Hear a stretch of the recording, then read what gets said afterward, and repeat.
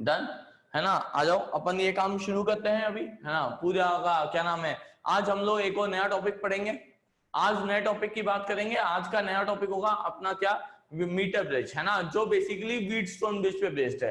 Last class में हमने Wheatstone bridge पढ़ा था और बोला गया था व्हीटस्टोन ब्रिज कुछ ऐसा होता है। एक बार रिवाइज कराता हूं हल्का सा कि भाई एक इधर रजिस्टर, एक इधर register,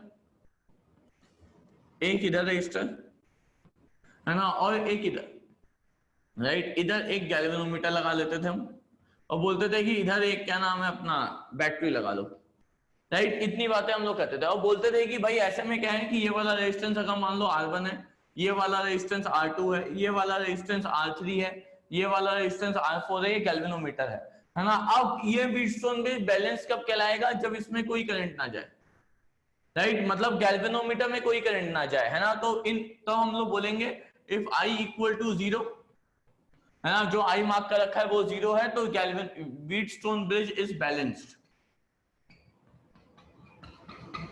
Wheatstone bridge is balanced.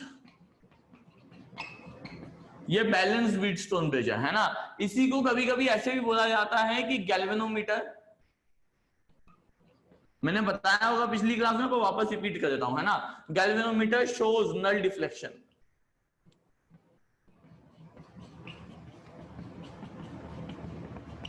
Galvanometer shows null deflection, है ना। तो बोला कि जब गैल्वेनोमीटर में नल डिफ्लेक्शन आ रहा है तब भी हम बोलेंगे कि व्हीटस्टोन ब्रिज इज बैलेंस्ड, है ना। तो बैलेंस कंडीशन है, गैल्वेनोमीटर में नल डिफ्लेक्शन ना हो, वो एक ही बात है। और ये कंडीशन होती कब है ना। I इक्वल टू 0 तब होती है जब R1 इंटू R3, याद करो तो this into this, R1 into R3 is equal to what, R2 into R4, ये होगा, है ना। मतलब R1 into R3 is equal to R2 into R4, तो इसमें कोई भी करंट बहने वाला नहीं है। मतलब I की वैल्यू क्या होगी, 0। चमक रही बात है ना। ऐसा काम होने वाला है, ये सब हम बात कर चुके थे। हमने एक और चीज पढ़ी थी क्या, कि अगर हम इसको क्या नाम है, बैटरी को और गैल्वेनोमीटर को इंटरचेंज कर लें, अगर हम बैटरी और गैल्वेनोमीटर को इंटरचेंज कर लें तब भी कोई फर्क पड़ने वाला नहीं है, बैलेंस कंडीशन रिमेन सेम। याद है तुम लोगों, इन दोनों को इंटरचेंज कर लो तब भी बैलेंस कंडीशन रिमेन सेम, और गैल्वेनोमीटर में अभी भी कोई करंट जाने वाला नहीं है ना। तो इतनी बातों के साथ हम लोग बढ़ते हैं कहां पे, मीटर ब्रिज पे, है ना। अब मीटर ब्रिज का पहली बात यूज क्या है, मीटर ब्रिज का यूज है to calculate unknown resistance, to calculate the value of unknown resistance. समझ रही ये बात, है ना। तो नेक्स्ट हेडिंग हम लोग डालेंगे मीटर ब्रिज। पहले चाहो तो ये रिवीजन के तौर पे लिख लो, है ना, कि ऐसे रिवीजन करके लिख लो कॉपी में, है ना। फिर आगे बात करते हैं क्योंकि यही आज हम लोग यूज करने वाले हैं। इतना छाप लो पहले फटाफट, रिवीजन की तौर पे लिख लो ये पूरा, हाँ पूरा काम कर लो, फटाफट लिख लो, है ना। I equal to 0, balance condition R1 R3 equal to R2 R4, Wheatstone bridge is balance, इसका मतलब गैल्वेनोमीटर शोज नल डिफ्लेक्शन। अगर बैटरी और गैल्वेनोमीटर को इंटरचेंज कर लें तब भी कोई फर्क पड़ेगा नहीं, Wheatstone bridge remains balanced, right. इतनी बातें लिख लो, फिर अपन आगे बढ़ेंगे होगी फटाफट, है ना। आज अपन मीटर ब्रिज की बात करेंगे और कोशिश करेंगे पोटेंशियोमीटर भी पढ़ लें, है ना। मीटर ब्रिज तो एटलीस्ट पढ़ेंगे, है ना, मीटर ब्रिज तो पक्का होने ही वाला है, पोटेंशियोमीटर की बात कोशिश करेंगे। डन, आ जाओ, है ना, मिटा दो, काम शुरू करते हैं आगे।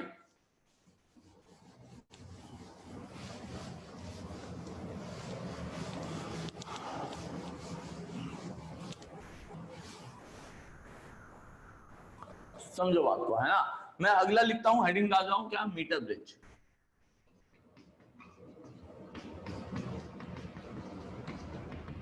पहली बात, ये मीटर ब्रिज है क्यों, है ना, मतलब इसका यूज क्या है। Meter bridge is used to calculate, लिख लो पहले, है ना, used to calculate the value of unknown resistance. वो रेजिस्टेंस कौन सा है, उसकी कितनी वैल्यू है, उसके लिए हम लोग यूज करते हैं, है ना। Use to calculate the value of unknown resistance in labs. Labs में हम लोग ये यूज करते हैं, है ना। ये लिख लो। फिर सेटअप क्या होता है, कैसे होता है, मैं बताता हूं अभी, है ना, वो बनाऊंगा। पहले इतना लिख लो क्योंकि मिटाऊंगा फिर सेटअप बनाऊंगा। हाँ पहले इतना लिख लो, छोटी सी बात, कि meter bridge is used to calculate, meter bridge is used to calculate the value of unknown resistance in labs. बहुत बार पूछा गया कि अच्छा इसका प्रिंसिपल क्या है, वो भी लिख देता हूं पहले यहाँ पे। साथ साथ इसका प्रिंसिपल है व्हीटस्टोन ब्रिज, इसका प्रिंसिपल है व्हीटस्टोन ब्रिज, है ना। Principle is Wheatstone bridge and it is used to calculate the value of unknown resistance in labs. पक्का है ना, लिखो फटाफट चलो। वो एक बार क्या हुआ, पेपर में आया कि आप ऐसा इंस्ट्रूमेंट बताओ जो अननोन रेजिस्टेंस कैलकुलेट करने को आता है। कुछ बच्चे व्हीटस्टोन ब्रिज लिखा है, गलत है ना भाई। मीटर ब्रिज होता है ना, मीटर ब्रिज इंस्ट्रूमेंट है जो यूज करते हैं। पूछा गया कौन सा इंस्ट्रूमेंट यूज करते हैं, तो मीटर ब्रिज यूज करते हैं। व्हीटस्टोन ब्रिज तो प्रिंसिपल है उसका, उस इंस्ट्रूमेंट का प्रिंसिपल है, वो प्रिंसिपल वो किस पे काम कर रहा है, वो है व्हीटस्टोन ब्रिज। पक्का, लिखो फटाफट चलो, फिर आगे बात करता हूं मैं,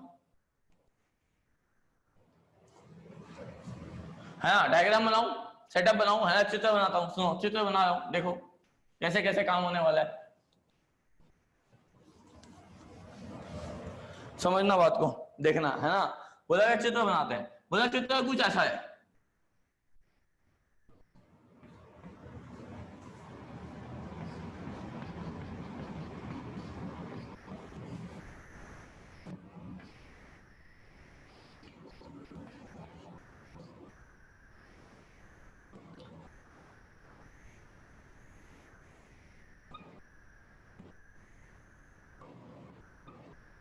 ये एक वायर है A to B, A B wire,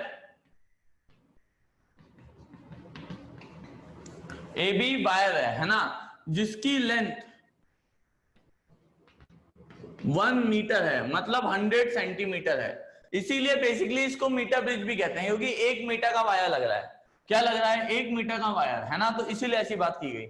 अब बोला गया ये सब चित्र क्या है, अभी सब बताता हूं, परेशान मत हो। बोला गया इन दोनों के बीच में एक बैटरी लगाई गई, ए और बी के बीच में, है ना। ये वाले पॉइंट और के बीच में एक गैल्वेनोमीटर लगाया गया, और गैल्वेनोमीटर को जी से डिनोट करते हैं, इधर जी लिखा गया, है ना। और इधर एक और बनाया गया, ऐसा लाइन बनाई गई। जो ये एरो है इसको हम लोग बोलते हैं जॉकी। क्या बोलते हैं, जॉकी, है ना। एक ऐसे ऐसे होता है, ये मार्कर दिख रहा है तुम्हें, मार्कर टाइप ही होता है ना, पर लेकिन जो ये वाला ना मेटेलिक बॉल होती है, तो इसको ऐसे मूव करते हैं, इसको ना इसको ऐसे मूव करते हैं। मेटेलिक मेटल होता है, ये पूरा फाइबर का है, मतलब ये इसमें करंट नहीं आ रहा है, तो ये मेटल है और अंदर से वायर अटैच्ड है, इस गैल्वेनोमीटर में जाके अटैच्ड है, यहाँ से एक वायर निकली है मान लो, जाके उस पर अटैच्ड है, और उसको ऐसे मूव करूंगा, है ना। तो ये जॉकी है, उसको यहाँ से लेके यहाँ पे मूव करूंगा। क्यों करूंगा, कैसे कर रहा हूँ, क्यों ऐसे मस्ती कर रहा हूँ, उसकी बात बताता हूँ, लेकिन ऐसा करूंगा। बोला गया ये एक रेजिस्टेंस है आर, जो पता है, ये है एक्स अननोन, ये निकालना है।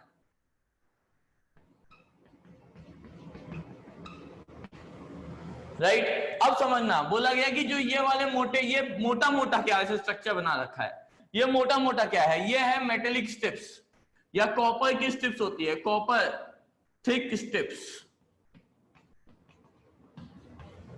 कॉपर की थिक स्ट्रिप्स होती है ना।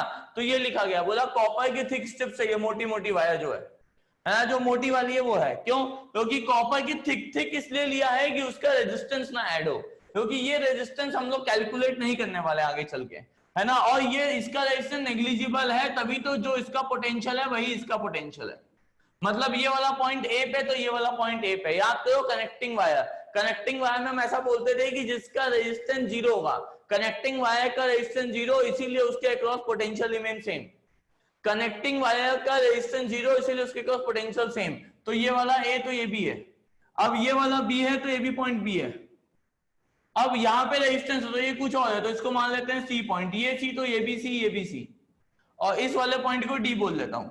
तो अब अगर मैं इस सर्किट को वापस रीड्रॉ करूं, तो वापस समझना, इस सर्किट को रीड्रॉ कर रहा हूं, तुम तो नीचे बनाना, तुम्हारे पास बोर्ड ऐसे नहीं है ना, अब तो तुम नीचे बनाना इसके पर, लेकिन हाँ सर्किट को रीड्रॉ करता हूं। तो बैटरी लगी है ए और बी के बीच में, तो इधर एक पॉइंट मार्क कर लिया ए, इधर एक पॉइंट मार्क कर लिया बी।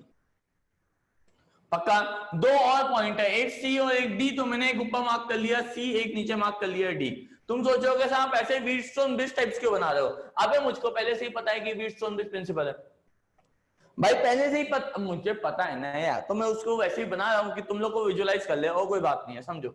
बोला गया ध्यान से देखो, तो ए और सी के बीच में एक रेजिस्टेंस लगा है आर, तो ए और सी के बीच में एक रेजिस्टेंस बना लिया मैंने आर। सी और बी के बीच में एक रेजिस्टेंस लगा है एक्स, तो मैंने कहा इसके बीच में एक रेजिस्टेंस बना लिया। अब समझना, ए से डी, इस वाले वायर इतने लेंथ की कोई तो रेजिस्टेंस होगी ना, ए से डी तक की, तो उसके रेजिस्टेंस को लिखा मैंने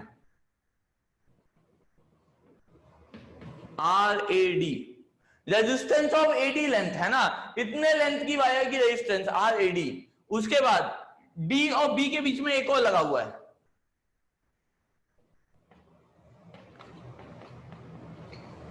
सी और डी के बीच में गैल्वेनोमीटर है,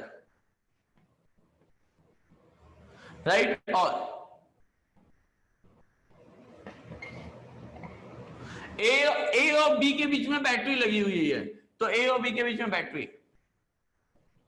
तुम्हें दिख रहा है अब ये व्हीटस्टोन ब्रिज है, अब तुम्हें दिख रहा होगा ये व्हीटस्टोन ब्रिज है। भाई पहले देख के नहीं लग रहा है, पर इसको ऐसे चित्र बना लो तो देख के लग रहा है कि भाई ये वायर है, ये वायर है, तो इस पूरे वायर का रेजिस्टेंस होगा, इस पूरे वायर को दो पार्ट में तोड़ लिया, एक एडी और एक डीबी, राइट। अब क्यों? क्योंकि ऐसा हो सकता था कि पहले इसमें करंट फ्लो कर रहा है, तो यहां से निकला कुछ, यहां से ऐसे करंट, कुछ यहां पे ऐसे करंट, ऐसे से जा रहा होगा, ये कुछ यहां से यहां चला गया, फिर कुछ यहां जा रहा है, तो करंट फ्लो कर पाते हैं हर जगह। पर लेकिन अब मैंने बोला कि भाई मतलब इसका भी कोई रेजिस्टेंस है, इसका भी कोई रेजिस्टेंस है, तो आर एडी और आर डीबी बना लिया। इतनी बात चमक गई है, इतनी बात तो सब कुछ चमक गई है 100%, है ना। ड्रॉ करो पूरा, सब कुछ छाप लो पहले, फिर आगे बात करता हूं, पहले सब छाप लो। अब याद करो, बैलेंस कंडीशन मतलब गैल्वेनोमीटर में कोई करंट नहीं, मतलब यहां पे कोई भी डिफ्लेक्शन नहीं आएगा, मतलब इस जॉकी को जब यहां से लेके यहां तक मूव करूंगा तो कोई तो एक पॉइंट आएगा जब व्हीटस्टोन ब्रिज बैलेंस हो जाएगा, मतलब मीटर ब्रिज बैलेंस हो जाएगा यार, मीटर ब्रिज बैलेंस हो जाएगा, कोई तो एक पॉइंट आएगा, जिस पॉइंट पे मीटर ब्रिज बैलेंस हो जाएगा उस पॉइंट पे क्या होगा, R into R DB, R into R DB will be X into R AD, R into R DB is equal to X into R AD, यही तो करूंगा। चमक रही है बात? 100% है ना। तो ये एक तरीका है बेसिकली, है ना, कि इसको कन्वर्ट करने का। पहले इतना छाप लो, फिर आगे बताता हूं मैं, और भी सब कुछ लिखूंगा जो अभी बोला है, जो अभी बोला है सब कुछ छापूंगा, है ना। इतना लिख लो पहले।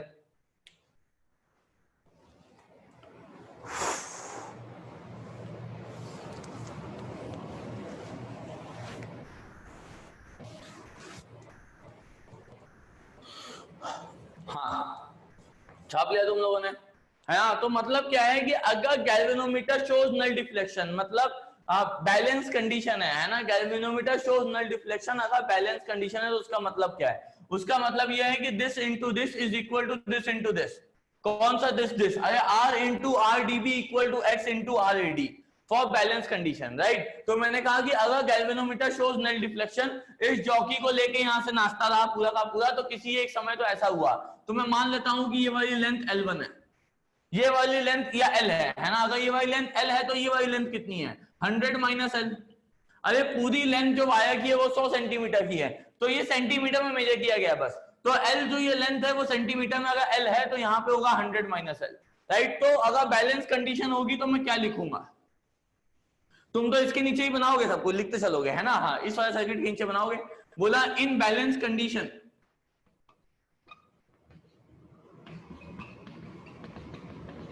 और ऊपर से लिखता हूं,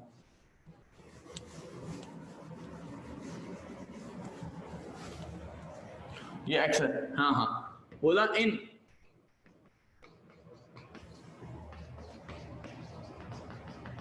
बैलेंस कंडीशन, या इसी का एक और नाम था याद करो, नल डिफ्लेक्शन, याद है तुम लोगों को। इन बैलेंस कंडीशन या बोलू नल डिफ्लेक्शन, NU है ना। हाँ, NUL, इन नल डिफ्लेक्शन या बैलेंस कंडीशन की बात करूं तो क्या होगा, R इंटू दिस, मतलब R into R DB, R into R DB is equal to X into ये वाला नीचे वाला X इंटू आर एडी, ये होगा। ये बात चमक गई तुम लोगों को? 100% है ना। तो R into R DB is equal to X into R AD. अब आर एडी और आर डीबी को क्या लिख सकता हूं, समझना बात। आर डीबी को लिख सकता हूं रो, लेंथ है 100 minus L upon A equal to X into R AD, R AD लिख सकता हूं रो L अपॉन A। अरे आर एडी मतलब ये वाला रेजिस्टेंस, ये वाला रेजिस्टेंस कितना होगा, L, rho L upon A होता है, तो लेंथ L है, ये वाले के लिए होगा 100 माइनस L, तो ऐसा लिख लिया। जैसे ही ऐसा लिखा तो मैंने बोला रो ने रो को मार दिया, एरिया ने एरिया को मार दिया, राइट। जैसे ही मारा मारी हुई तो मैंने बोला R की वैल्यू है 100 माइनस एल अपॉन एल, इसको उठा के नीचे equal to X, this is unknown resistance. यही तो निकालना था, मीटर ब्रिज का काम है अननोन रेजिस्टेंस निकालना। क्या निकालना? Unknown resistance. तो unknown resistance is x equal to r into 100 minus L upon L. मैं तो ऐसे याद करता हूं कि मैं कहता हूं ऐसे याद करो बच्चे को। मैं बोलता हूं अगर मान लो बैलेंस लेंथ मिला या नल डिफ्लेक्शन मिला डी पॉइंट पे, जो ये लेंथ l है, अगर ये l है तो कैसे याद करो? r into 100 minus L is equal to x into L, क्योंकि रो अपॉन ए तो कटने वाला है ना, रो अपॉन ए तो निपट जाएगा। तो ऐसे याद कर लो ना, r into 100 minus L is equal to x into L.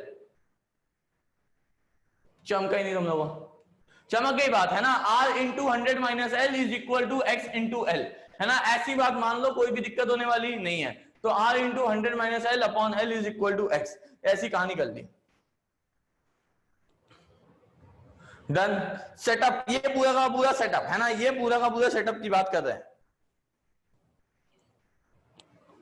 Done. आ जाओ आगे बात करता हूं, और बात करता हूं, समझना। अगली बात है कि भाई इसमें कुछ गलतियां भी हैं। इस चाहिए सेटअप, ठीक है, एक्स तो निकाल लिया, पर इसमें कुछ लोचा। क्या? उसको बोलते हैं एंड एरर्स। क्या बोलते हैं? एंड एरर्स, है ना। एंड एरर क्यों? क्योंकि पहली बात, इसको थिक स्ट्रिप ले लिया, ठीक है। पहली बात, अगर स्ट्रिप होती, कोई कॉपर की स्ट्रिप लगाए हो, मेटलिक स्ट्रिप लगाए हो, उसकी रेजिस्टेंस होगी, वो तुमने काउंट नहीं की, है ना, वो तुमने काउंट नहीं की। तो इसीलिए पहला बोलते हैं कि एंड एरर है, गलती है कि जो तुमने मेटलिक स्ट्रिप्स ली उसे काउंट नहीं किया गया।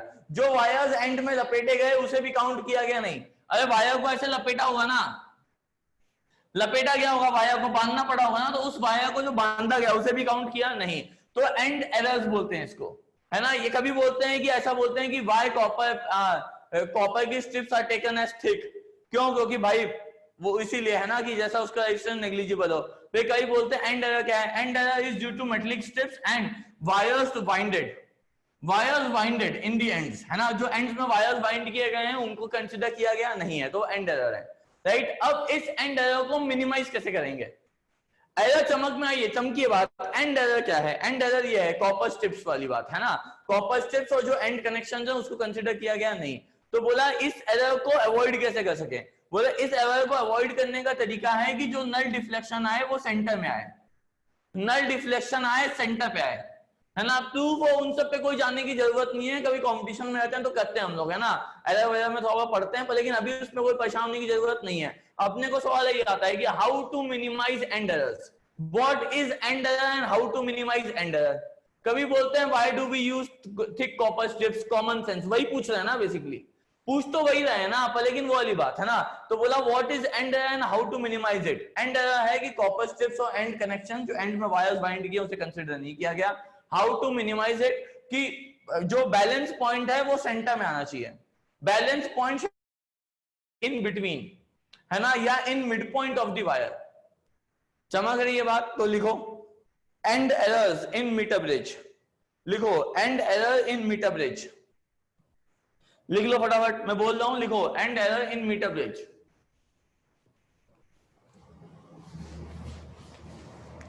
Due to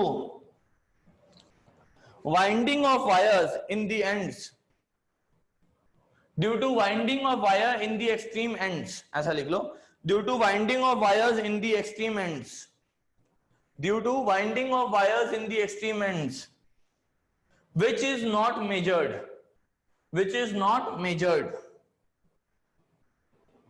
due to which is not measured, and resistance in the ends of the, and resistance in the metallic strips, ऐसे लिख लो, and resistance in the metallic strips are not considered, and resistance in the metallic strips are not considered, and resistance in the metallic strips are not considered। Full stop डाल के लिखना, this end error can be minimized, this end error can be minimized,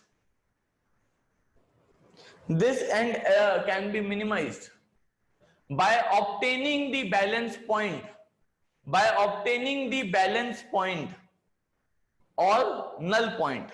This error and error can be minimized by obtaining the balance point और and point, sorry balance point और null point, balance point और null point है ना, balance point और null point at the mid point of the wire, at the mid point of the wire.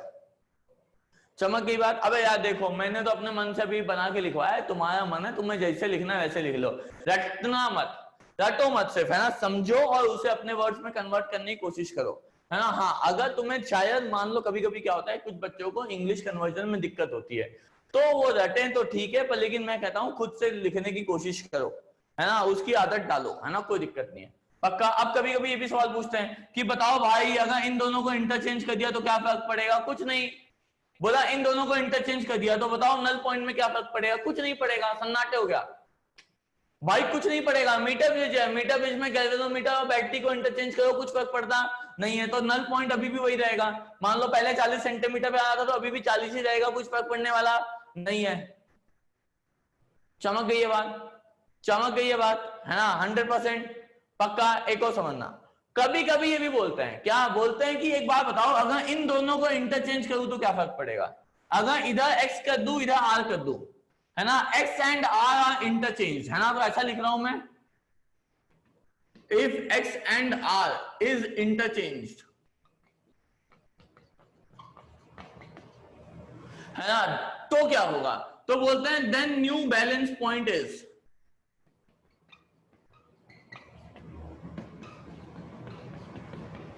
100 minus l।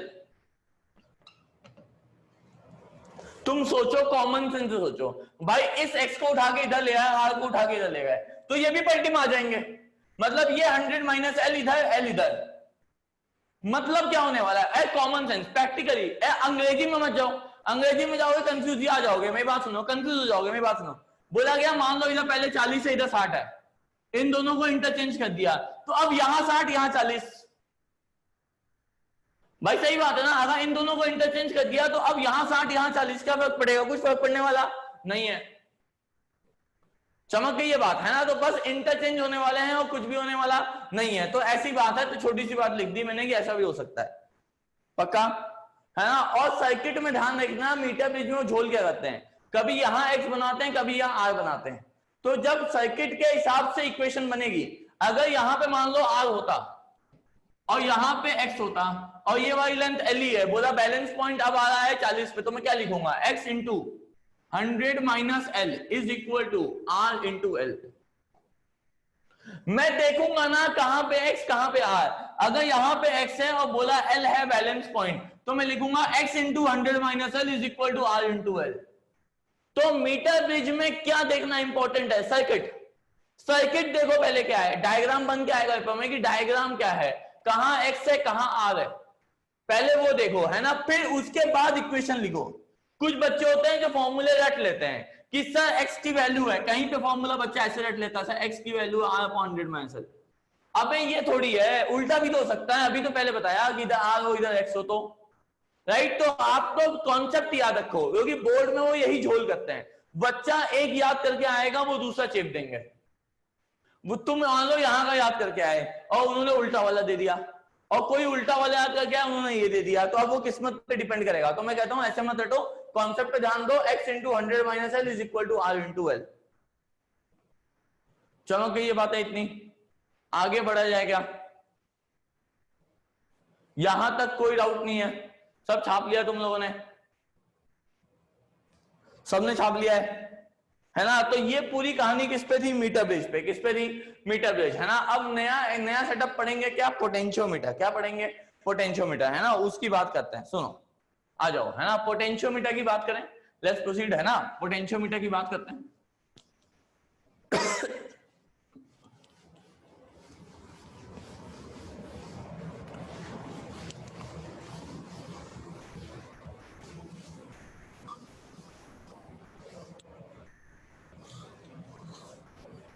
समझो, है ना, तो बोला अगली हेडिंग है potentiometer.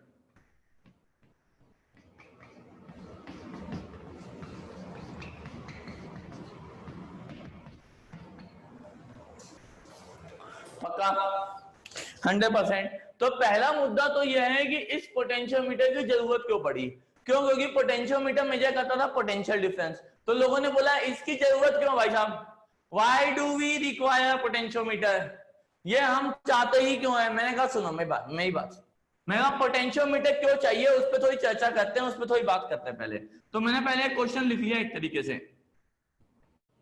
Why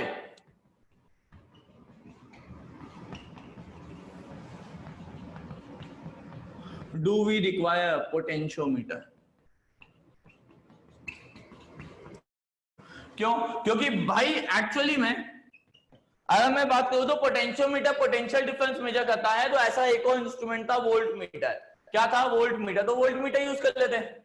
why do we require potentiometer, potentiometer क्यों चाहिए भाई साहब, ऐसी क्यों बात कर रहे हो? मैं कहा सुनो मेरी बातें सुनो, थोड़ा सा गौर करो, थोड़ा सा मेरी बातों को फील करो, समझो बात को। बोला कि यार अगर एग्जाम्पल लेता हूं, है ना,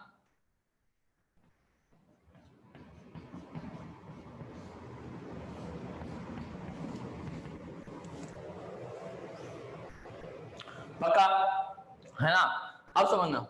बोला गया कि यहाँ पे 10 वोल्ट की बैटरी है, कितने की है? 10 वोल्ट की। या फिर ऐसे लेता हूँ, थोड़ा आसान लेता हूँ, समझो आसान लेता हूँ और चमक जाएगा तुम लोगों, है ना। हाँ, बोला गया ऐसे कोई एक रेजिस्टेंस है, इधर से करंट आ रहा था 10 एम्पियर, कांस्टेंट करंट मिल रहा है, मतलब करंट चेंज होने वाला अभी नहीं है ना, तो कांस्टेंट करंट मिल रहा है। तो बोला इसकी रेजिस्टेंस है मान लो 10 ओम, तो इसके अक्रॉस पोटेंशियल डिफरेंस होगा कितना? V की वैल्यू होगी I इंटू आर, मतलब 10 इंटू 10 मतलब 100 वोल्ट। अब ये मेजर करना है,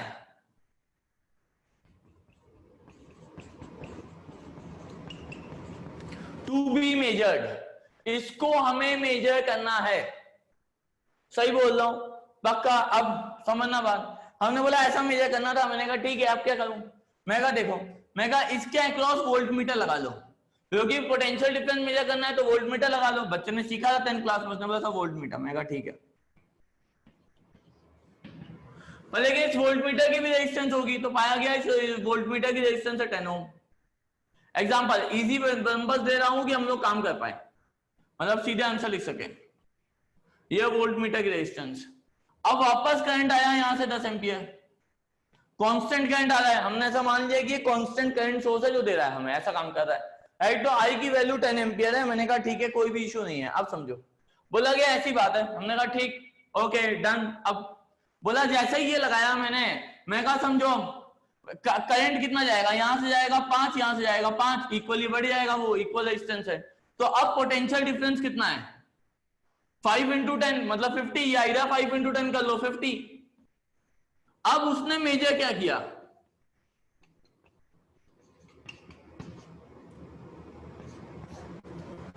मेजर कितना करना था? 100। कितना मेजर किया? 50। ए भगवान, तबाही भाई साहब, मेजर करना था 100, मेजर कितना कर रहा है? 50। क्या करें, क्या गलती है? कि ये बहुत बड़ी प्रॉब्लम है ना, अगर मैं देखूं तो ये एक तरीके से बहुत बड़ी प्रॉब्लम है ना। पोटेंशियोमीटर की बात करूं तो बोला गया कि भाई वोल्ट मीटर की बात करूं कि वोल्ट मीटर क्या करता है कि जो करंट आ रहा था पहले इसमें 10, उसमें से कुछ करंट खुद ले गया, पक्का? मतलब जिस बैटरी से, जिस रेजिस्टर से या जिस डिवाइस के अक्रॉस पोटेंशियल डिफरेंस मेजर करना है, वो उसमें से ही करंट विड्रॉ कर लेता है। बात समझिए? तो जिससे भी करंट मेजर करना है उसको विड्रॉ कर देता है। ऐसी कोई अच्छी बात नहीं है। हम चाहते हैं कि हम यहाँ पे ऐसा वोल्ट मीटर लगाएं जिसकी रेजिस्टेंस बहुत ज्यादा हो। इसकी रेजिस्टेंस बहुत ज्यादा होगी तो इसमें कोई करंट जाएगा नहीं, approximately 0।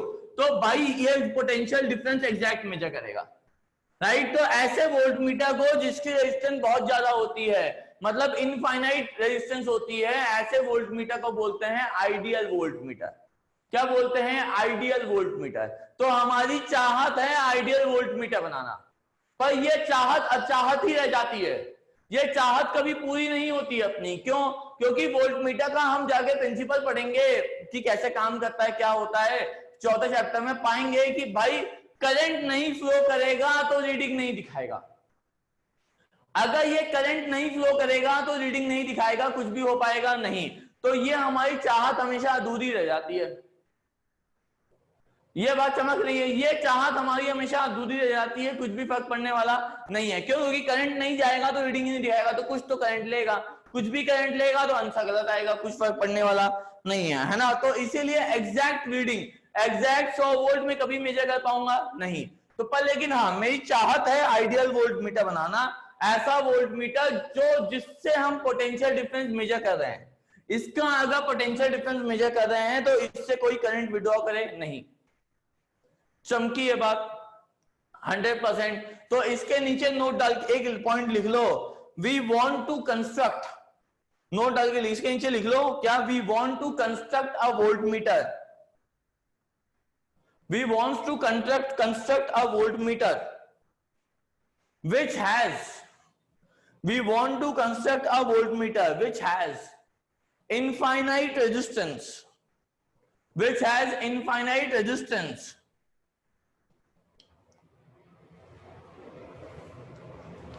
which will lead to, which will lead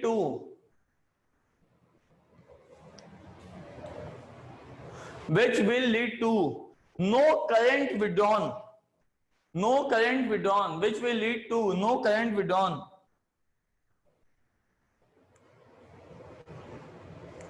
from the device where potential difference is to be measured, from the device or source where the potential difference is to be measured। क्योंकि अगर उसने current निकाल दिया तो potential difference change हो जाएगा, तो जो हम मेजर करना चाहते थे वो हमारी कभी भी बात पूरी हो पाएगी नहीं। ठीक है, फुल स्टॉप डाल के लिख लो।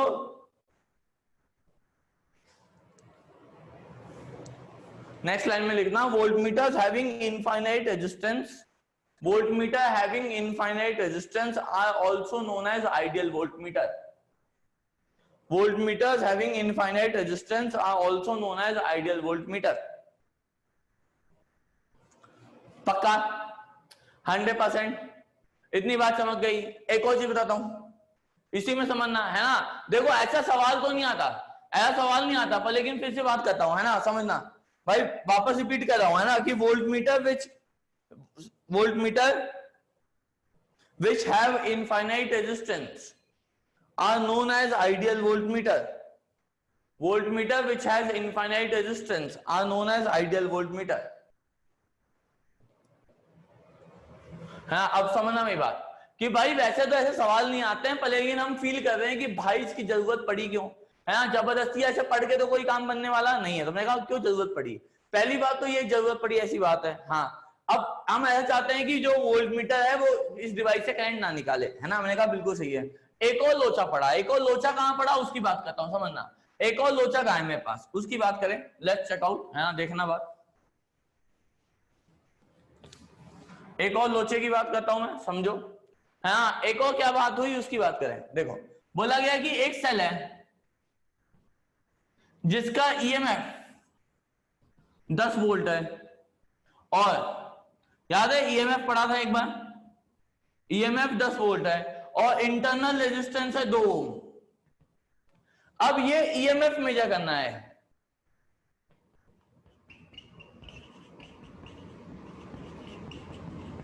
लोगों ने बोला ईएमएफ पोटेंशियल डिफरेंस है, पोटेंशियल डिफरेंस है, वोल्टमीटर लगा लो। मैंने कहा ओके।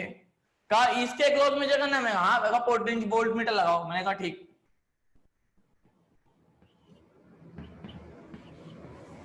वोल्टमीटर की रेजिस्टेंस अभी मान लेता हूं मैं, कितना है, 8 ओम, है ना। और इसकी वैल्यू है, ये तो 10 वोल्ट है, और ये रेजिस्टेंस है, इंटरनल रेजिस्टेंस है 2 ओम। तो अब इसमें याद करो करंट कितना जाता है। आई की वैल्यू होती है E upon R plus R. याद है E की वैल्यू 10 और R की वैल्यू 8 और ये 2, तो 10 अपॉन 10 कितना आएगा, 1 एम्पियर। तो इसके अक्रॉस पोटेंशियल डिफरेंस वो होता था V equal to E minus I R, मतलब 10 minus 2 which is what, 8 volt. तो ये वोल्टमीटर मेजर कितना करेगा, 8। मेजर कितना करना था, 10। तो भाई गलत मेजर कर लिया इसने भी। तो वापस अब लोचा ये पड़ा कि अगर मुझे सेल का ईएमएफ निकालना है तो मैं क्या करूं। ईएमएफ वो पोटेंशियल डिफरेंस होता है जब सेल से कोई करंट ना निकले, पर जैसे ही वोल्टमीटर लगाओगे तो वोल्टमीटर करंट निकाल देगा। करंट निकाल दिया तो अब कोई काम सही आंसर आने वाला नहीं है। क्यों? क्योंकि potential difference across the terminal of cell will decrease. बात समझ रही है? ईएमएफ चीजें हम लोग पहली बात कर चुके हैं, ये फॉर्मूला हम लोग पहले पढ़ चुके हैं, V equal to E minus I R, ये हम लोग पढ़ चुके हैं, राइट। तो बोला गया कि अगर बात को ध्यान से देखें, why do we require potentiometer, अगर हम इस बात को ध्यान से देखें, थोड़ी सी बातों को फील करें। बोला गया कि भाई E की वैल्यू है 10 वोल्ट, R की वैल्यू 2 ओम। ईएमएफ वो पोटेंशियल डिफरेंस था टर्मिनल ऑफ सेल के अक्रॉस जब कोई करंट विड्रॉ करते हम लोग नहीं है, है ना। जैसे ही मैंने इस ईएमएफ को मेजर करने के लिए वोल्टमीटर लगाया तो वोल्टमीटर ने करंट निकाल लिया, क्योंकि वोल्टमीटर का लोचा यही है कि जिस भी डिवाइस, जिस भी सोर्स के अक्रॉस पोटेंशियल डिफरेंस मेजर करना है उससे वो करंट निकाल लेता है। तो इसने इससे करंट विड्रॉ कर लिया। जैसे ही इससे इसने करंट विड्रॉ किया तो इसकी आंसर गलत आ गई, रीडिंग गलत, क्योंकि पोटेंशियल डिफरेंस अक्रॉस सेल्स गलत आ गया। तो मतलब वोल्टमीटर के थ्रू हम लोग ईएमएफ नहीं मेजर कर सकते। बात समझ रही है? वोल्टमीटर के थ्रू हम लोग क्या नहीं मेजर कर सकते? EMF, right. तो ईएमएफ ऑफ अ सेल हम मेजर नहीं कर पाए थे वोल्टमीटर के थ्रू। वापस वही लोचा, कॉन्सेप्ट रिमेन सेम कि भाई अब ये कुछ करंट विड्रॉ करता है, राइट। तो हमें एक ऐसा इंस्ट्रूमेंट चाहिए जो ईएमएफ मेजर कर सके सेल का, और वही पोटेंशियोमीटर है। हाँ, अगर ये आइडियल वोल्टमीटर होता तो एक्चुअली में कोई करंट नहीं निकालता, तो हम आई की वैल्यू अप्रोक्सीमेटली 0 होती, आई की वैल्यू अप्रोक्सीमेटली 0 तो VE के बराबर आता, कोई भी दिक्कत नहीं है। पर मुझे एक्यूरेट रीडिंग चाहिए। अगर मुझे, क्योंकि आइडियल वोल्टमीटर तो आइडियल है ना, कॉन्सेप्चुअल है खाली, मतलब करंट 0 हो गया तो कोई रीडिंग ही नहीं आएगी एक्चुअली में।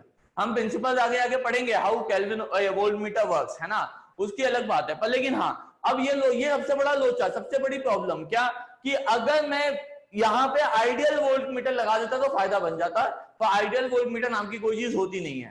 पर हाँ, ईएमएफ मेजर करने के लिए अब जो हमने डिवाइस यूज किया उसको बोला पोटेंशियोमीटर, है ना, वो पोटेंशियोमीटर है। तो potentiometer is used to measure EMF of a cell. क्या मेजर करता है? ईएमएफ ऑफ अ सेल, है ना। तो potentiometer is used to measure EMF of the cell. Done. अब ये ईएमएफ मेजर कर ले रहा है, मतलब ये आइडियल वोल्टमीटर की तरह बिहेव कर रहा है। किसकी तरह बिहेव कर रहा है? आइडियल वोल्टमीटर, क्योंकि आइडियल वोल्टमीटर कोई भी करंट विड्रॉ करता नहीं। और पोटेंशियोमीटर इसी पे सेटअप में हम देखेंगे भी ऐसा कि पोटेंशियोमीटर को आइडियल वोल्टमीटर इसलिए कहते हैं क्योंकि हम जिसके अक्रॉस, जिसका ईएमएफ मेजर कर रहे हैं या जिस सोर्स का हम पोटेंशियल डिफरेंस मेजर कर रहे हैं उससे हम कोई भी करंट विड्रॉ करेंगे नहीं, ऐसा हम देखेंगे। पर लेकिन पहले समझ रहे हैं कि होने क्या वाला है। कहानी तो समझ ले मोटा मोटा, फिर पढ़ लेंगे कैसे काम करना है। मकसद तो समझें, चाहत तो समझें। चमक रही है बात? तो पोटेंशियोमीटर को हम आइडियल वोल्टमीटर इसलिए बोल रहे हैं क्यों? क्योंकि इसके वर्किंग में हम जाके देखेंगे कि पोटेंशियोमीटर कोई भी करंट जिस डिवाइस या जिस सोर्स के अक्रॉस से हम मेजर कर रहे हैं उससे कोई भी करंट विड्रॉ करने वाला नहीं है। तो पोटेंशियोमीटर हेल्प करता है ईएमएफ मेजर करने के लिए। बात चमकी है? 100% पक्का? तो ये वापस एक डायग्राम बना लो, है ना। सेकेंड रीजन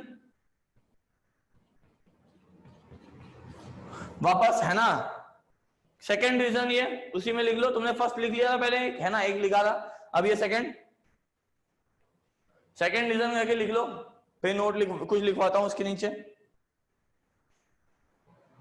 लिख लिया तुम लोगों ने, है ना। इसके बाद नीचे लिखो, क्या मेरी बात समझना, है ना। इसके नीचे लिखो कि as per above calculations, as per above calculations, इसके नीचे लिखो as per above calculations, as per above calculations, as per above calculations we can observe, as per above calculations we can observe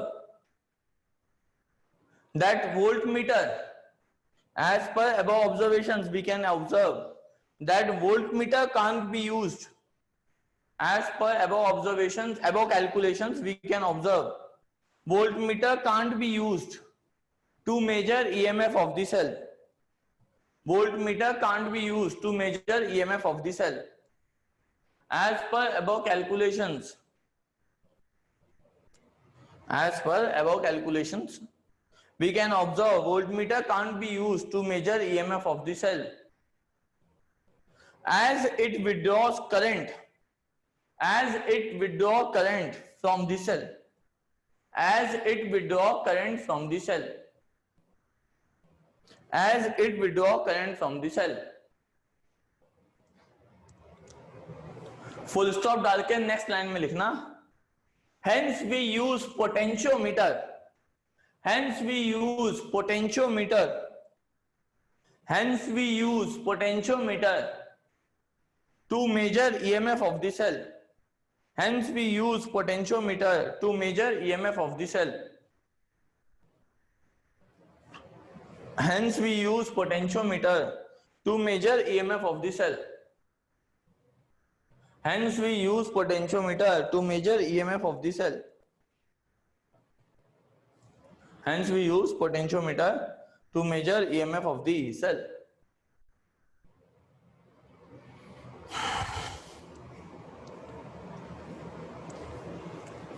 And potentiometer is also known as ideal voltmeter, and potentiometer is also known as ideal voltmeter, and potentiometer is also known as ideal voltmeter, and potentiometer is also known as ideal voltmeter, as it withdraws no current from the cell, as it withdraws no current from the cell to be measured, as it withdraws no current from the cell to be measured. अब मेरी बात ध्यान रखना, paper में कभी आया और बोला गया कि भाई why do we require potentiometer, और तुम्हें लग रहा है कि मैं दोनों रीजन नहीं लिख सकता हूं, तो सेकंड वाला लिख के आना, तो सेकंड वाले पे स्टार मार्क बना दो, क्योंकि ज्यादा इंपॉर्टेंट रीजन सेकंड वाला है। पहले वाला समझाया तुम्हें फील कराने के लिए कि सेकंड वाला अच्छे समझ में आ जाए, तो अगर तुम्हें एक रीजन लिख के आना है तो यही लिख के आना, और दो लिख के आना तो पहले इसको लिख के आना फिर उसको लिखना, है ना। तो मोस्ट इंपॉर्टेंट क्या है अपना सेकंड रीजन, है ना। क्यों? क्योंकि पोटेंशियोमीटर आप देखोगे अगली क्लास में पढ़ेंगे कि भाई वो ईएमएफ मेजर करने के ही काम आता है, राइट। वो ईएमएफ मेजर करने, हाँ एक और काम है इसका इंटरनल रेजिस्टेंस मेजर करना या ईएमएफ को कंपेयर करना, वो एक्चुअली में उसी पे बेस चल रहा है खाली। तो मेन फंडा बनाया गया था पोटेंशियोमीटर को ईएमएफ मेजर करने के लिए, राइट। चमक गई ये बातें, है ना। तो अगली क्लास में मतलब कल की क्लास में हम लोग का लास्ट जो टॉपिक बच जाएगा वो पोटेंशियोमीटर बच गया है, वो हम लोग पढ़ेंगे। उसके बाद EMF cells in series and parallel, मतलब EMF cells in series and parallel combination है, वो टॉपिक बचा है, उसके बाद वो पढ़ लेंगे, कहानी खत्म हो जाएगी, राइट। तो अगली क्लास में पोटेंशियोमीटर हम लोग पढ़ेंगे, मतलब कल की क्लास में, है ना। चलो आज किसी को और कोई डाउट है आप मुझसे पूछ सकते हो।